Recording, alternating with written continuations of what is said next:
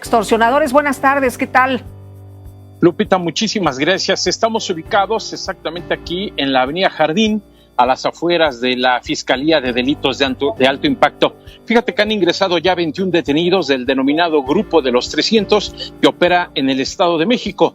En Ciudad de México, un total de 21 personas, entre ellas 18 hombres y 3 mujeres, fueron detenidas por elementos de la Secretaría de Seguridad Ciudadana, luego de intentar extorsionar y despojar de maquinaria y materiales a trabajadores que laboran en la construcción. La tarde del 10 de junio de 2025 parecía transcurrir con normalidad en el Deportivo Hermanos Galeana, ubicado en la alcaldía Gustavo Amadero. Niños pateaban balones en canchas polvorientas, vendedores de antojitos regateaban con clientes, y un sol abrasador caía sobre las gradas vacías. A las 16:28, sin embargo, la rutina se rompió como lona vieja. 7 camionetas Cherokee y Hilux, sin placas y con vidrios polarizados, irrumpieron por la entrada principal. De las unidades descendieron 21 individuos portando cascos tácticos, chalecos con un parche improvisado que decía STP-21 y radios de banda civil. 2 de ellos blandían pistolas calibre .40, otro empuñaba un bate metálico con la palabra acreedores pintada en rojo. En cuestión de minutos, sometieron al encargado de mantenimiento, golpearon a 2 choferes de rutas escolares y tomaron la caseta de vigilancia. Su propósito no era robar la taquilla ni mercancía, buscaban los controles de la maquinaria pesada resguardada en el módulo de obras públicas. Retroexcavadoras y camiones que el gobierno local había dejado allí para una remodelación pendiente. El grupo, conocido en los pasillos de la Fiscalía como los 300, pretendía apoderarse de esas máquinas para luego cobrar protección a la empresa contratista. La maniobra llevaba su sello distintivo. 3 semanas antes, habían intentado lo mismo en un deportivo de Ecatepec, y un mes antes, en un terreno de Naucalpan. Dale like y comenta si crees que a estos delincuentes se les debería dar fuego, al estilo de Carlos Manso. Pero esta vez, algo falló. Un vecino, alarmado por la violencia, activó un botón de auxilio. En la sede de la Secretaría de Seguridad Ciudadana, un algoritmo de reconocimiento de placas detectó la misma Hilux gris usada en el incidente de Ecatepec. El despacho se iluminó en rojo, código Pollux 6. En menos de 5 minutos, un cerco de patrullas bloqueó las salidas de Avenida Señor 8 y Gran Canal. Drones de la unidad Cóndores trazaron un mosaico térmico sobre el deportivo. Cada figura armada brillaba como una ascua en la pantalla. A las 16:37, Omar García Arfuch, desde el búnker de tránsito, dio la orden final, intervención total, sin pérdidas. 15 minutos después, 18 hombres y 3 mujeres estaban esposados contra la reja perimetral. Se aseguraron 4 pistolas, un revólver antiguo y un rifle recortado. Las máquinas quedaron intactas. La reputación municipal, no tanto. Sin embargo, la victoria suena hueca cuando nadie en la cima de la pirámide cae. ¿Quién financia a los 300? ¿Qué vínculos tienen con sindicatos de transporte, inspectores de obra o exfuncionarios de GAM? ¿Cómo reinsertan sus piezas cada vez que la policía les corta un tentáculo? Este caso promete respuestas, o más sombras. Porque a veces, capturar al brazo solo hace que la cabeza se esconda más profundo. La bitácora del C5 marca las 16:28 cuando la cámara PGAM 042 detecta la primera Cherokee negra ingresando sin autorización por la puerta 2 del deportivo. 8 segundos después, la Hilux gris, la misma reportada el 15 de mayo en Ecatepec, según el boletín interno 17/2025 de la SSC, choca contra la pluma y la dobla como si fuera de cartón. El algoritmo de alertas tempranas, alimentado con placas sospechosas y trayectorias irregulares de la alcaldía, eleva la incidencia a riesgo mayor. En la consola, el operador apenas murmura, otra vez la gris, antes de enviar el pin de emergencia que viaja por fibra hasta el búnker de tránsito. A ras de cancha, el caos es silencioso. Los niños que jugaban quedan inmóviles, como si alguien hubiera pausado la escena. Uno de los hombres con casco, apodado Cobra, fichado por la Fiscalía Capitalina por extorsión en la raza, ordena a gritos que se aparten. Su voz retumba en la tribuna vacía. El encargado de mantenimiento, José Luis N., narraría después que lo tomaron del cuello de la camisa, le pusieron una pistola en la nariz y le dijeron: «Esto ahora es nuestro, chavo. Llama a tu jefe para que rente las máquinas, o se quedan sin dientes». Lo empujaron contra un muro y avanzaron hacia el módulo de obra pública. En la caseta administrativa, la recepcionista presionó un viejo timbre de pánico conectado a la estación Aragón. La señal apenas duró 2 segundos, antes de que otro de los invasores, identificado más tarde como el Tuercas, mecánico de grúas, cortara el cable con una pinza y arrojara el artefacto al bote de basura. No importó. La alerta ya viajaba por la red de fibra. Mientras tanto, 3 mujeres armadas con radios se dispersan por los pasillos, fotografiando planos y etiquetas de los motores Caterpillar. Según especialistas en inteligencia, esas imágenes suelen terminar en chats de contratistas coludidos, quienes pagan por saber cuántos equipos están disponibles para su posterior secuestro. A las 16:33, drones de la unidad Cóndores sobrevuelan la zona. Las siluetas armadas se marcan en rojo intenso. El subcomisario Arriaga activa el protocolo bloque 608. 4 patrullas forman una pinza sobre Avenida Central, mientras 2 motocicletas bloquean Gran Canal. Desde Tránsito, Omar García Arfuch evalúa la proyección térmica y autoriza el ingreso. La orden es precisa: captura limpia, salvaguardar civiles, asegurar evidencia balística para su integración al expediente ministerial. El operativo táctico dura apenas 112 segundos. No se dispara un solo tiro oficial. Los 21 involucrados quedan contra las rejas azules, manos en la nuca. Se les decomisan 4 pistolas calibre .40, un revólver oxidado, una escopeta recortada de fabricación casera y 3 radios de sobremesa. En la Hilux gris, peritos localizan recibos de casetas que demuestran una ruta GAM-Ecatepec-Naucalpan, recorrida en 30 días, mismo patrón que los despojos anteriores atribuidos al grupo conocido como los 300. La tarde en el Deportivo concluye con balones inmóviles sobre el pasto y con los niños regresando lentamente, guiados por agentes que aún transpiran adrenalina. Sobre el asfalto queda la pluma doblada, recordatorio de que la violencia irrumpió sin previo aviso, pero también de que, por primera vez, el cerco se cerró lo bastante rápido como para atrapar al brazo armado antes de que la cabeza volviera a escabullirse en las sombras. El parte policial describía a los 21 como presuntos integrantes de los 300, aunque en los pasillos de la fiscalía esa etiqueta lleva más de una década flotando como un rumor que nunca logra ser atrapado. ¿Quiénes son en realidad? Para los comerciantes de la GAM, los 300 son los hombres que exigen cuotas de seguridad a cambio de no incendiar puestos. Para los choferes de ruta, los que vigilan los paraderos a cambio de un pago semanal. Para los analistas de inteligencia, son algo más: la franquicia móvil de varias células que comparten logística, jefes temporales y, sobre todo, un mismo manual de extorsión. Ese manual nació en 2015, cuando una disputa entre sindicatos de transporte y un grupo de cobradores de piso dejó 7 heridos en las inmediaciones de Indios Verdes. El expediente 274.215 menciona por primera vez a un tal Oscar N., ingeniero y exoperador de la Unión Tepito, quien salió de prisión con una idea sencilla. Si se cobra por cuidar los micros, ¿por qué no cobrar por custodiar excavadoras, tractocamiones y predios enteros? Reclutó desertores de grúas, escoltas desempleados y exbrigadistas de protección civil. El pago era inmediato: 40% del primer anticipo y derecho a usar la marca 300, supuesto guiño a la película de los espartanos y al Código Policial 300, alteración del orden. En 2018, la banda mutó tras la detención del ingeniero por robo de hidrocarburos. Emergió Jorge N., alias El Padrino.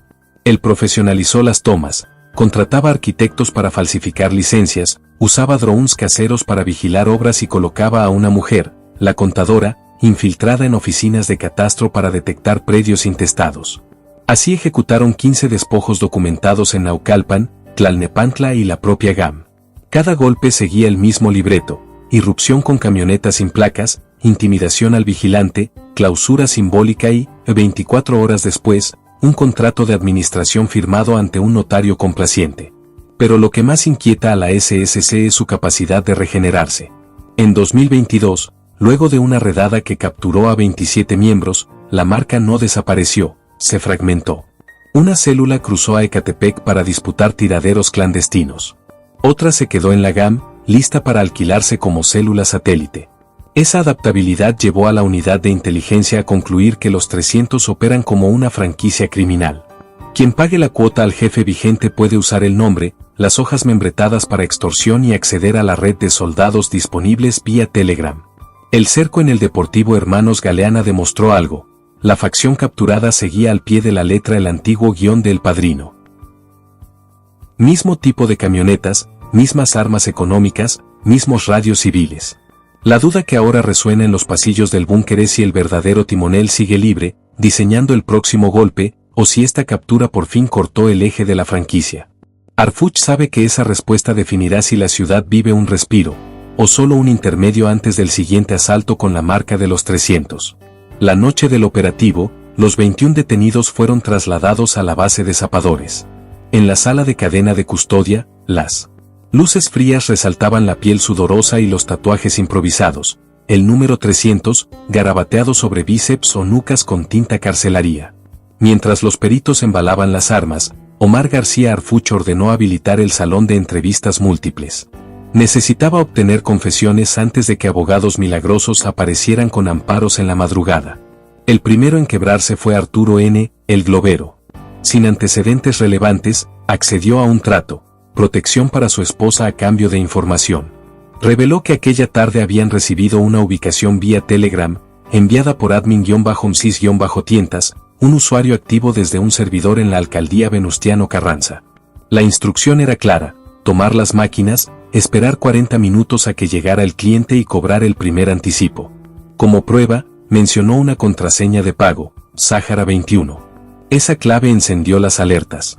La unidad de inteligencia financiera rastreó en segundos transferencias con la referencia Sáhara 21 y localizó 4 depósitos recientes en un banco digital, por montos de 175,000 pesos cada uno. El origen: la Razón Social Logística Urbana Integral, SADCB, con domicilio fiscal en un cubículo de la Torre Latino. Según el SAT, el administrador es Jorge Casarrubias Tez, es subdirector de Obras Públicas en la GAM hasta 2023. La coincidencia no parecía fortuita. A medianoche se realizó un careo. El globero identificó a Casarrubias como el ingeniero gris, un contacto que solo aparecía para firmar oficios falsos o entregar anticipos en efectivo. Con esa declaración, la Fiscalía solicitó cateos urgentes en 2 despachos contables de la colonia tabacalera. Allí, peritos aseguraron 30 talonarios y un libro contable con iniciales y porcentajes. Asterisco JACE, 40%. Asterisco Sindicato R, 15%. Asterisco Oficina C. La sigla coincide con un coordinador adjunto de la alcaldía, según un informe interno del órgano de control. Mientras tanto, otros interrogatorios delineaban la cadena de mando. Marisol N., una de las 3 mujeres detenidas, admitió que su tarea era grabar la irrupción como prueba de fuerza y luego enviar los videos a un chat titulado Gestión de Riesgo. El grupo delictivo usaba ese material como portafolio, se lo mostraban al cliente para garantizar efectividad. Harfuch colocó todas las piezas sobre una mesa de vidrio: los depósitos Sáhara 21, Casarrubias, el chat de Telegram y la escalada hacia funcionarios públicos. El mensaje era inequívoco: el brazo de los 300 estaba atado al bolsillo de la administración. En conferencia de prensa al amanecer, el secretario lanzó la frase que heló varios despachos del gobierno capitalino: detuvimos a quienes portaban pistolas. Ahora iremos por quienes firman los contratos. La guerra contra la franquicia escalaba, del pasto de un deportivo al mármol de oficinas, donde un sello vale más que un cargador lleno. Antes de que el sol secara el rocío sobre la GAM, un enjambre de abogados llegó al reclusorio norte.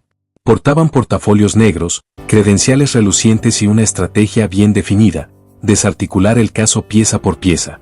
3 bufetes distintos, todos vinculados a licitaciones de obra pública, solicitaron acceso inmediato a los 21 detenidos, alegando violaciones al debido proceso. Su argumento: que la SSC ingresó al Deportivo sin una orden por escrito. Pero Harfuch ya preveía el movimiento. El oficio 112-DG/2025, firmado por el juez de control a las 16:32, aún respiraba tinta fresca dentro de la carpeta de investigación. Al mismo tiempo, en el Congreso de la Ciudad de México, el diputado local Ramiro Castañeda propuso un punto de acuerdo: exhortar a la SSC a explicar el uso excesivo de la fuerza contra supuestos trabajadores de la construcción. Castañeda, exdirector de obras en la GAM, aparecía en el libro contable incautado con la sigla RC 1%. Su discurso fue rápidamente recogido por los noticieros matutinos: criminalizan a la clase obrera. Tras bambalinas, su asesor negociaba una tregua, suspensión de cateos a cambio de colaboración. La presión escaló aún más al caer la tarde. En la Secretaría de Finanzas Capitalina se recibió un correo masivo firmado por el Comité 300. La amenaza era directa: paralizar 3 frentes de obra pública si no se liberaba a los detenidos en un plazo de 48 horas. El mensaje incluía imágenes de maquinaria municipal incendiada en 2022. Ciberinteligencia rastreó la IP. Provenía de un cibercafé en la colonia Pensador Mexicano, a 2 calles de la oficina de Jorge Casarrubias. Con las piezas moviéndose, la Fiscalía Especializada en Delitos Financieros citó a Casarrubias. Se presentó sin corbata, acompañado por 2 litigantes. Nexos negó vínculos. Atribuyó los depósitos Sáhara 21 a supuestos servicios de consultoría. Pero el SAT ya había congelado las cuentas de Logística Urbana Integral. Su saldo, 2,000 pesos. Un cascarón vacío para el blanqueo exprés de efectivo.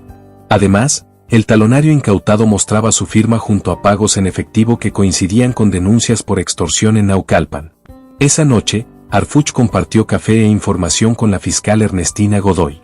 En la pantalla resaltaron 3 nombres: Casarrubias, Castañeda y un subdirector de catastro, cuya rúbrica figuraba en 5 despojos de terreno. El secretario fue contundente: si no subimos más alto, la marca 300 se reactivará en pocos meses.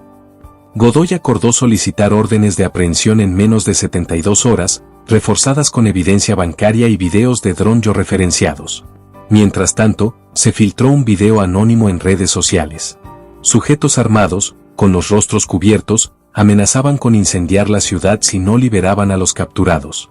El clip duró apenas 20 minutos antes de ser eliminado, pero alcanzó 200,000 visualizaciones y sembró temor en ferreterías y obras. Harfuch respondió con patrullajes dobles en zonas críticas y vigilancia encubierta en domicilios de los funcionarios señalados. El lobby del miedo había comenzado. Abogados, legisladores y sicarios presionaban desde distintos frentes, pero la carpeta de investigación, férrea como una viga de acero, seguía su curso hacia los despachos donde las firmas valen más que un cargador lleno. La siguiente jugada definiría si los 300 eran una franquicia rota, o una hidra con nueva cabeza política. Al cuarto día de la primera redada, la carpeta FGC CDMX 05325 estaba lista para el movimiento maestro. En la portada, un post-it escrito a mano por Harfuch decía: sin firmas, no hay franquicia. Esa madrugada, la jueza segunda de control emitió 3 órdenes de aprehensión y 2 de cateo, sustentadas en triangulaciones bancarias, metadatos de correos y la bitácora GPS de la Hilux Gris. La operación fue bautizada Firma Roja. Ya no se buscaba a pistoleros ni cobradores, sino a quienes firmaban oficios para legalizar despojos y liberar maquinaria. 5-3 horas, despacho Tabacalera. 20 agentes de la Policía de Investigación irrumpieron en el despacho contable Casarrubias y asociados. Encontraron a Jorge Casarrubias manipulando una USB. Intentó arrojarla por la ventana, pero un analista la interceptó. El dispositivo contenía 41 facturas falsas que justificaban rentas de excavadoras a nombre de 3 alcaldías. En el aire, Casarrubias lanzó su última carta. Tengo respaldo político, dijo. Pero acabó esposado, mientras un notario daba fe del hallazgo. 5:27 horas, oficina de catastro, GAM. El subdirector Luis N. pensó que se trataba de un simulacro de seguridad, hasta que vio la orden con su nombre. En su correo institucional hallaron borradores de oficios con sellos clonados, usados para liberar de manera express predios en abandono. Los documentos coincidían con 3 invasiones marcadas con el logotipo 300 pintado con aerosol. 5:46 horas, a domicilio del diputado Castañeda. La orden de cateo llegó acompañada por un equipo de la UIF. Buscaron documentos y hallaron 680,000 pesos en efectivo y una carpeta con el membrete Agenda de Obras Sanjún 2025. En ella figuraban 9 predios a expropiar y una anotación, JC 15%/300 OP. Castañeda no estaba. Horas antes, había publicado un video en redes sociales denunciando persecución política y solicitando licencia indefinida. Se activó alerta migratoria. Con las piezas capturadas, la prensa se volcó sobre el tema. Titulares. Asterisco golpe a la red política de los 300, La Jornada. Asterisco cae operador inmobiliario tras megaoperativo o El Universal. En Tepito, un corrido pirata sonaba por altavoces. Si tumban la firma, tumban la obra. Si cae el papel, se acaba la cobra. Entre los albañiles cundía la preocupación. ¿Quién pagará los sueldos si se detienen las obras?